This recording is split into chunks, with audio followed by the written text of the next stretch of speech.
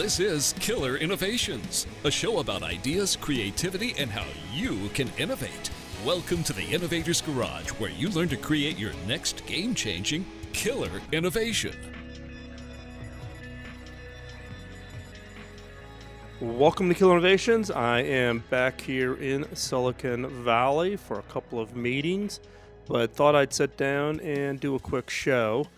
This one is, again, addressing a question that I get, or what are some of the biggest challenges if you are starting or trying to run and manage an innovation team. And the number one challenge that I've come across is keeping the innovation funnel full. It is one of the hardest parts of being an innovation leader. Now, what do I mean by this? What I mean is it's easy to get innovation projects started. You run around and talk to a bunch of people. But if you want to create a sustainable effort of innovation, then how do you make sure that you keep the funnel full? Because what tends to happen is people get a couple of good ideas in the funnel, and then they babysit it all the way through the process until it's successful. When they push that innovation out the other end and they turn back and look into the funnel is empty. How do you keep the funnel full? Now, some people will just put out a cattle call for ideas. So hurry up, everybody. Send an email to this email address with your new ideas. And what I have found is that tends to result in low quality and obvious ideas, not the breakthrough, non-obvious ideas that we're striving for. So what are you to do? The best approach that's worked for me in this issue is around creating a focused innovation challenge.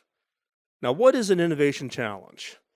Now, an innovation challenge is one, crafting an innovation challenge statement, and then having a process that invites others to submit their ideas in response to that challenge. The key is this challenge statement. So how do you craft the problem statement in such a way as to trigger others to think deeply so they look at the problem and opportunity differently? Now, why does this work rather than just doing the cattle car? Well, as I've talked many times, the first step in the FIRE framework is focus. So let's back up here a little bit. What is the FIRE framework? FIRE stands for focus, I stands for ideation, R stands for ranking, and the E stands for execution. Focus, ideation, ranking, execution. FIRE. The first of that is focus. Without focus, you get random, obvious ideas. Why? Because in many cases, if you just go out and say, hurry up, I need new product ideas, the submitters aren't sure what you're looking for. So they run all over the place looking for anything that looks like an idea. And when you think about focus, the more specific, the more targeted that you can create that challenge statement, they actually increase the quantity and the quality of the ideas. Yes, I know it sounds counterintuitive, but trust me, if you craft a well-written, well-thought-out challenge statement, and the more specific you are, right, rather than saying, looking for a new product idea, or do you say, I'm looking for a new product idea for 18 to 24-year-olds who are dominant users on Facebook who like the outdoors. That kind of targeting, that kind of focus actually generates better ideas, and surprisingly enough, you actually get more ideas. So an innovation challenge also works because of the open process for others to contribute. In many cases, the innovation team, and particularly if you use the word innovation either in your title or the name of your team, you're going to run into the issue of having people think, oh, I don't need to work on innovation. That's their job. And therefore, they're not going to submit their ideas. They're not looking. They're not pounding on your door trying to give you something to work on. So by creating a challenge where you say, hey, here's a problem statement, here's an area that we are struggling with in our industry or in our business or with a particular customer segment, help us. In opening the door and being humble, you will all of a sudden find that you've got people who maybe are the sales force in the field, or your service technicians, or somebody who's kind of a maker doing stuff in their garage, and they're coming up, with all kinds of new ideas. So again, the innovation challenge works not only that you bring focus to the problem, craft a challenge statement that's causing people to look at the problem in a unique and different way, but also because you create this open process for others to contribute.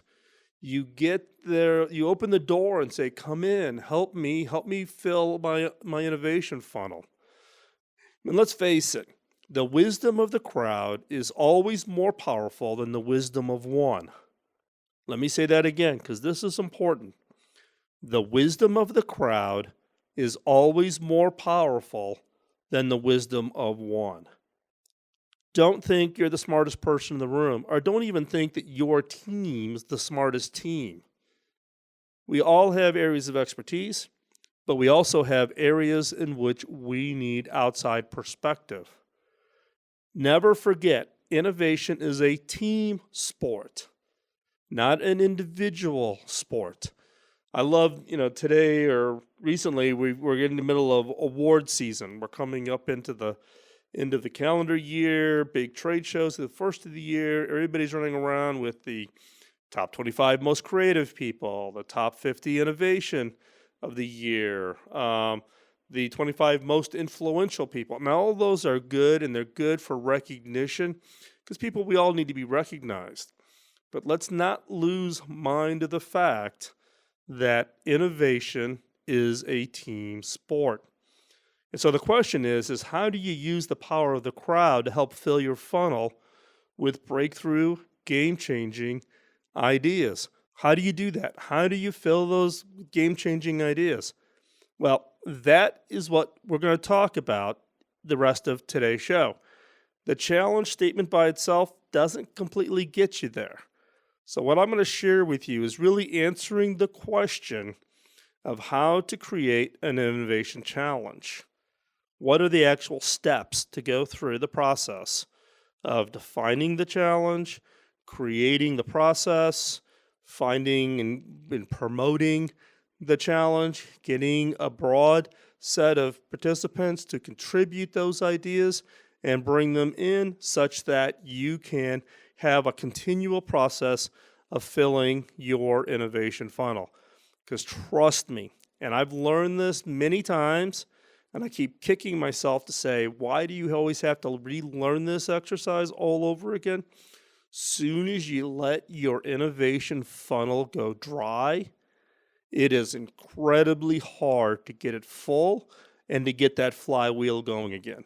It's like starving your engine of gasoline, and then you run it completely dry.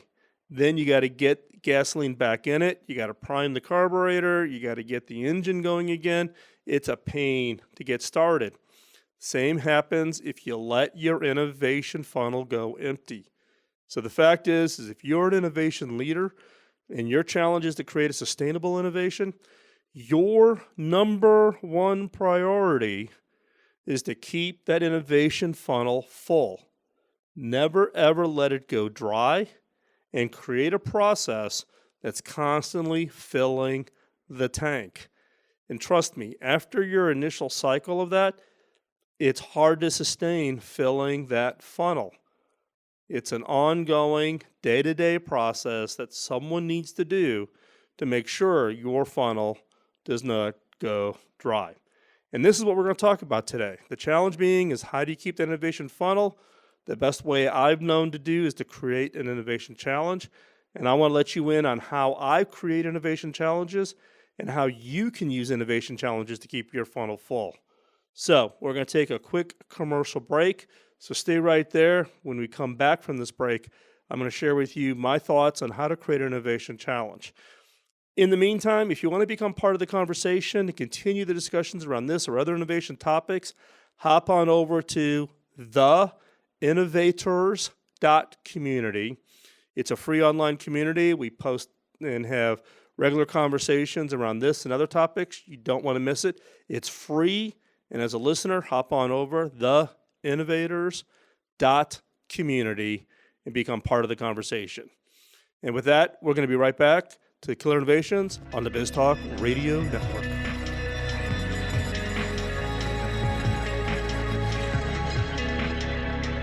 Welcome back.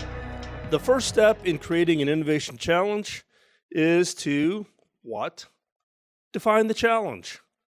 Now, the key elements in writing the challenge is to focus on the one, who is the target for the innovation? Who gets the benefit of the innovation? Second is the what. What is the problem or the opportunity? And third is when.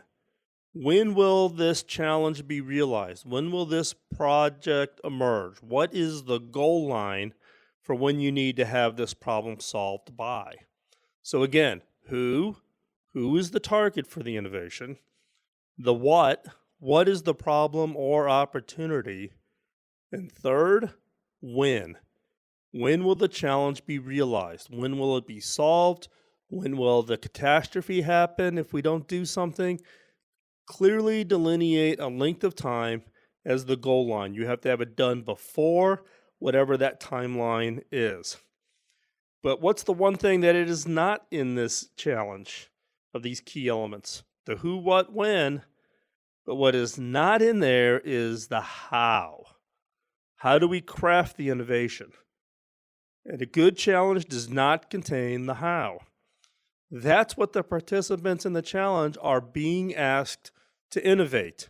So you define the who, you define the what, you define the when, but you do not define the how, because that's what you want them to do. That's the people who are going to come up with the ideas of the challenge.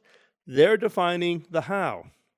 For instance, one of the best innovation challenges ever created was by President Kennedy when he said, before the end of the decade, we will put a man on the moon and return them back to Earth safely.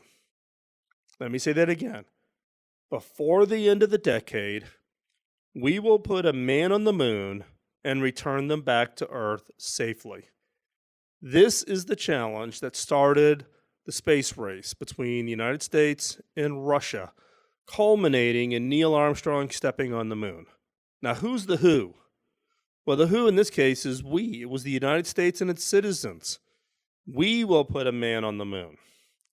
And then the what? The what is, what are we going to do? What is that goal? Put a man on the moon.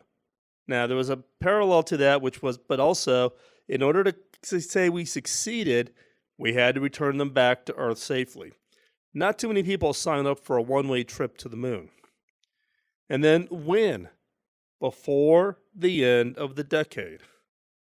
So again, before the end of the decade, we will put a man on the moon and return them back to Earth safely. Now, the president didn't say, and we're going to use a 3-stage rocket with a lunar module. We'll do a slingshot approach. No, he left that to the innovators to come up with. He defined the who, the what, and the when, and he left the how for the innovators. So, another example. If you're a company doing work on improving, let's say crop yields, you may craft your challenge as, to meet the needs of the growing global population, how can we improve the annual crop yield for corn by 25% without the use of chemicals before the end of the decade? Let me read that again. To meet the needs of growing global population, how can we improve the annual crop yield for corn by 25 years without the use of chemicals before the end of the decade?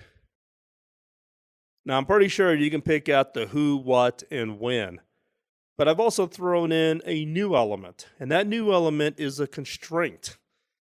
Some constraint you can't violate. You got to include it in the whole process of coming up with ideas.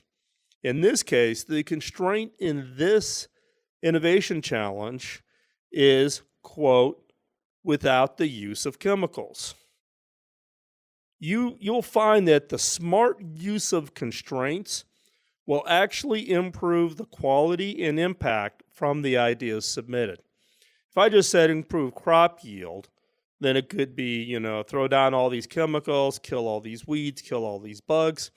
But soon as I say without the use of chemicals, you have to look at the problem completely differently. Now look, writing really good innovation challenges is really hard. And you should treat it like any other activity. You should draft it and then test it. So draft the challenge, then test it during a series maybe of small brainstorming sessions. Get 5 or 6 people together, hand them the challenge, and then see what kind of ideas they come up with. Are they really good ideas? Are they obvious ideas? Are they all over the place? Do you need to be more specific, less specific in the challenge? Do you need to insert a constraint, remove a constraint? So draft the challenge and then test it. Now at the end of each session, solicit feedback. You can do that by survey, Q&A session, etc. And then edit and approve, and then test again. One key piece of advice, do not rush. Take the time. Get the challenge statement right before you launch your challenge. Don't rush it. Don't jump into this and thinking that you can just write it out 15 minutes before you send the email out, to 10,000 employees and asking them to submit their ideas. So again, treat it like any other activity, any other innovation effort, any other product effort. You draft it, quote, prototype it, and then test it. I cannot underemphasize this importance of drafting and testing your innovation challenges. And don't do it just once. I would suggest you do it at least 3 times of drafting and testing, because then you can get to a really tight challenge. And then, use that feedback mechanism. Listen closely. Don't take it as being offended, that someone's criticizing how you describe the problem. And again, do not rush. Take the time. Get the challenge statement right before you launch your challenge. Because if you do it right, and you can use this as a mechanism to get people really excited about your innovation efforts, you'll see a big surge in really great ideas, and people will be anxious for the next innovation challenge that you're going to issue. And that's what you want. You want to use these opportunities to create your own community of innovators within your organization where you can put this challenge out and solicit the wisdom of the crowd. Because again, the intelligence and wisdom of many is better than that of only one person. So when we come back, we'll be discussing how to set up and run your innovation challenge. Now that you got your statement done, now you actually need to run your innovation challenge and collect those ideas. And that's what we're going to talk about when we come back from this quick break. You're listening to Killer Innovations. Hop on over to theinnovators.community. Be part of the conversation. We'd love to hear your thoughts. We'll be right back after this quick commercial break.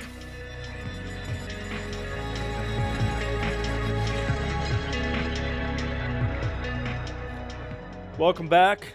Now, once you have written the challenge statement, how do you set up and run your innovation challenge?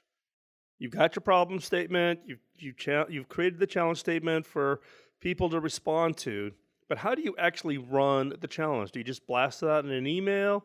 No, there's a couple steps you got to go through first. First, ask yourself, what constitutes success? What does a successful innovation challenge look like? Are you going to measure it, or is your boss going to measure it because of total number of ideas, the number of different people and or organizations who participated? You're looking for recognition of the challenge. A lot of big corporates run challenges in order to drive some press coverage to try to get an innovation halo. Or is it finding a solution you can innovate? How many real projects get spun out from all of the responses? So is it, again, total number of ideas, just count them all up. Is it the number of different people or organizations participating? People want to say, oh, we had 71% of our employees participate in innovation. The third, recognition for the challenge. Going to get some press coverage, some innovation halo effect to your brand. Or four, are you really finding a solution you can innovate on? Now, none of these are good, none of these are bad. But you need to understand up front, what is the measurement? What measurement are you using? What measurement is your boss using? What measurement is your CEO using? Because if you know that up front, then that tells you how to structure your innovation challenge. So once you define what success looks like, then you first need to decide if you're going to run this challenge as an open challenge, open in public, which means you're going to put it in the press, it's going to be a public URL, anybody can submit an idea. Or two, is it by invitation? Are you only allowing people that you can send an email to and they can respond and submit their ideas? Or three, it can be an internal only, meaning just your employees, or maybe your employees and contractors. Now, there's pluses and minuses for each one of these. One of the big challenges across these three different types is who owns the idea that is submitted. If you open it to the public and you put the challenge statement out there and you're not clear, someone submitting the idea could claim that it's their idea, and therefore they own the intellectual property. So my suggestion is, if you're going to create an innovation challenge, go talk to your legal team. Go talk to your lawyers. Have them help you structure whatever approach you're going to do to make it crystal clear who has the rights to the ideas that are submitted. Now, if it's internal, much easier. It's by invitation. Maybe you have people sign a document before they can join and submit it. Maybe you're using customers or you're using suppliers as part of your innovation challenge, but you're doing it by invitation, only those that have an NDA with you, as an example. If you're going to do it open and public, maybe you have them click through some kind of an agreement before they could submit their ideas. But you need to decide that up front. Is this open public, invitation, or internal? Next is defining the motivation for submitting ideas. What's going to motivate people to spend the time to actually submit the ideas? Now, while some people are nice and they say they'll participate, being motivated ensures commitment of time. So how do you motivate them? Is it one, prize money? Two, is it royalties from the idea? Three, is it an investment, meaning if they come up with the idea, you're going to, quote, invest in their idea? Four, is it about getting credit or name recognition or potential promotion? Now, all of these are valid. But they all play kind of a different role depending on how you're going to run it. If you're open in public, most innovation challenges are driven by prize money, royalties, or investment. So you just need to be clear as to what it is you're going to do, and even be clear about how much you're going to do. Now, the most common of all of these is prize money. And that can range from a few $100s to hundreds of thousands of dollars, or even millions, if you come up with the right idea to solve a particular problem for a specific company.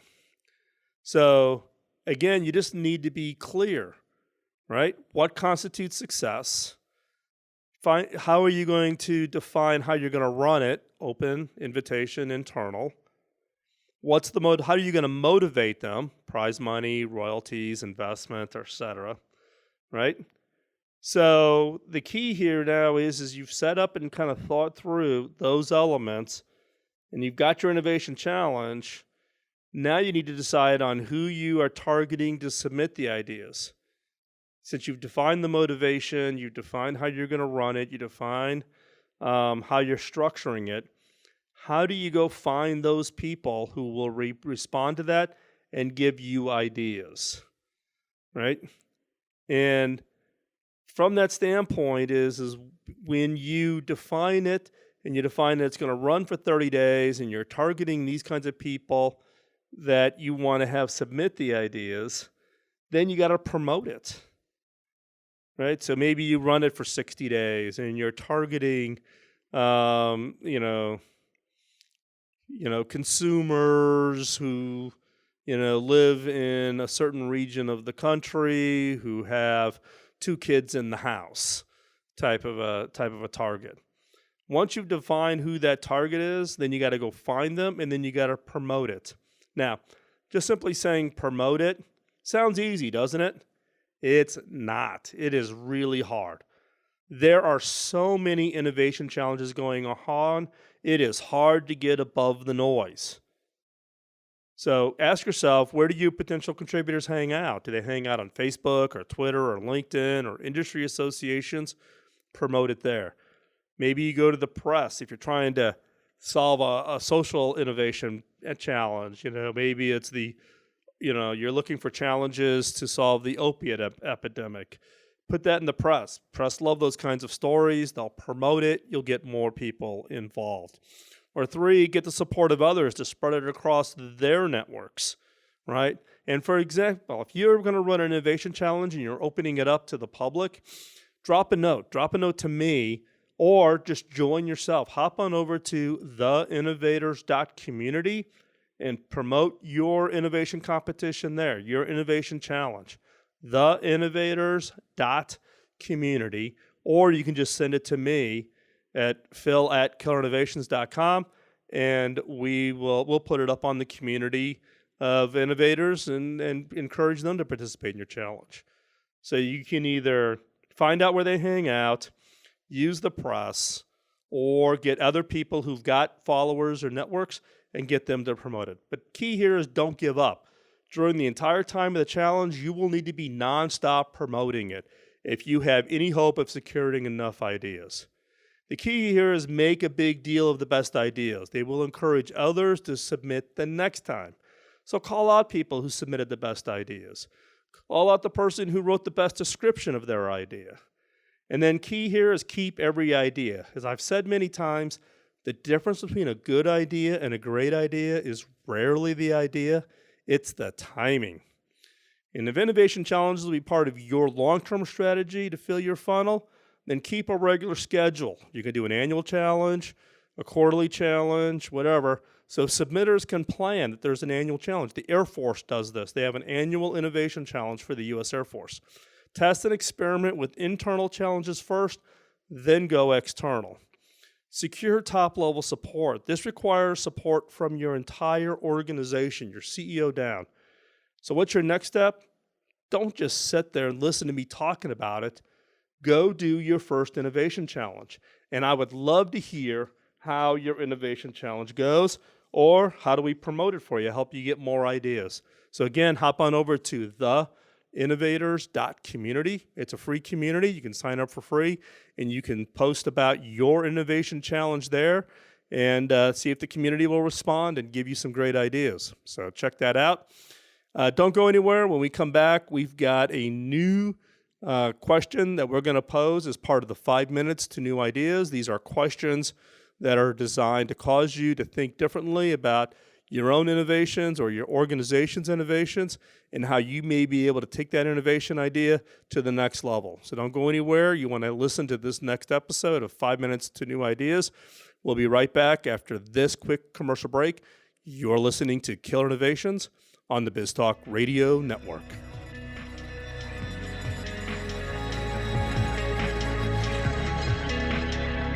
Back in the early days of this show, I would share what I called a killer question in each episode.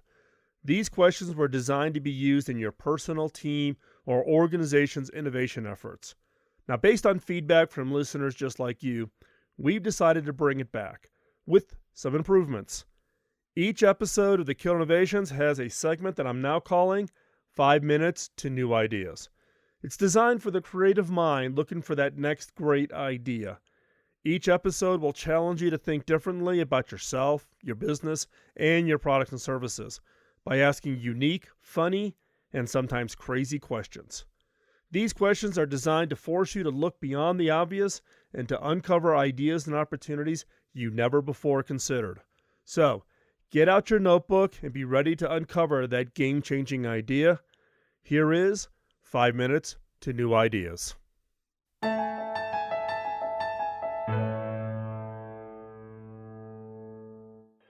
No matter what business we are in, we're all fighting essentially the same fight. Designing a product that a customer will prefer or even crave over the competition. To do this, we need to constantly be aware of how, 1, our business environments are evolving, and 2, how our customers are changing, and 3, what we need to modify in order to keep our product relevant and desirable. My guess is that you are watching and tracking what your competitors are doing.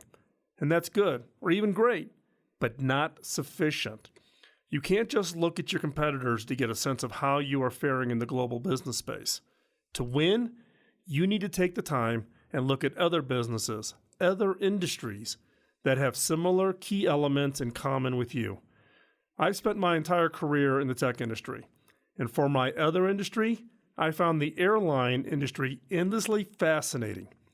It, like the tech industry, has gradually found ways to make its core products less expensive and more accessible to the general public.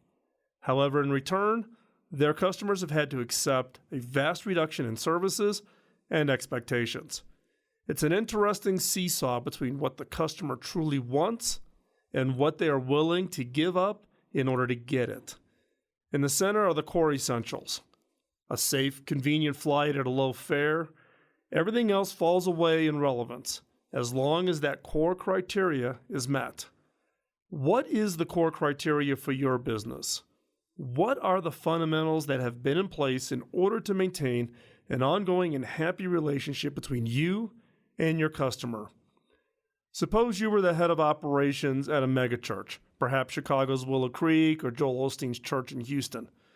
Osteen's church seats almost 16,000 people and runs 4 worship services plus various meeting groups every Sunday, which means there are up to 64,000 people in the cars they're driving coming in and out of the church parking lot. This means that the odds of getting into a fender bender are increasing, not to mention the gridlock and potentially dangerous traffic in the church's parking lot. So what do you do? Where do you go to learn the mechanics of moving that number of vehicles and that number of human beings in an efficient and safe manner?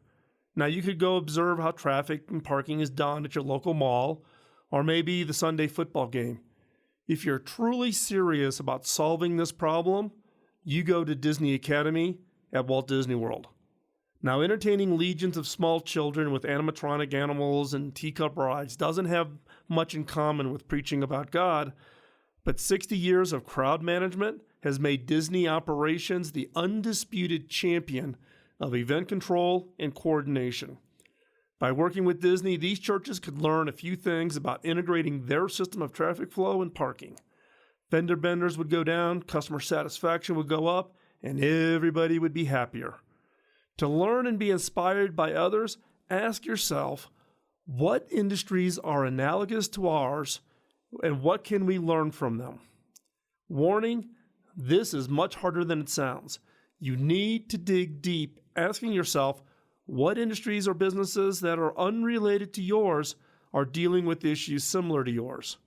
For example, the issues of production, customer segments, marketing.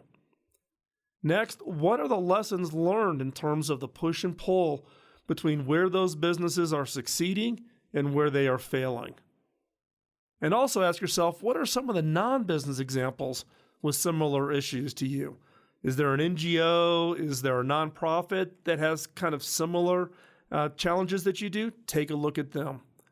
By asking the right questions and looking at non-obvious companies and industries, you may find that one inspiration that can transform you and your ideas. I'm Phil McKinney, and thanks for listening. Thanks for taking the time out of your busy schedule to join in. If you have any comments or suggestions, drop me a note at phil@killerinnovations.com.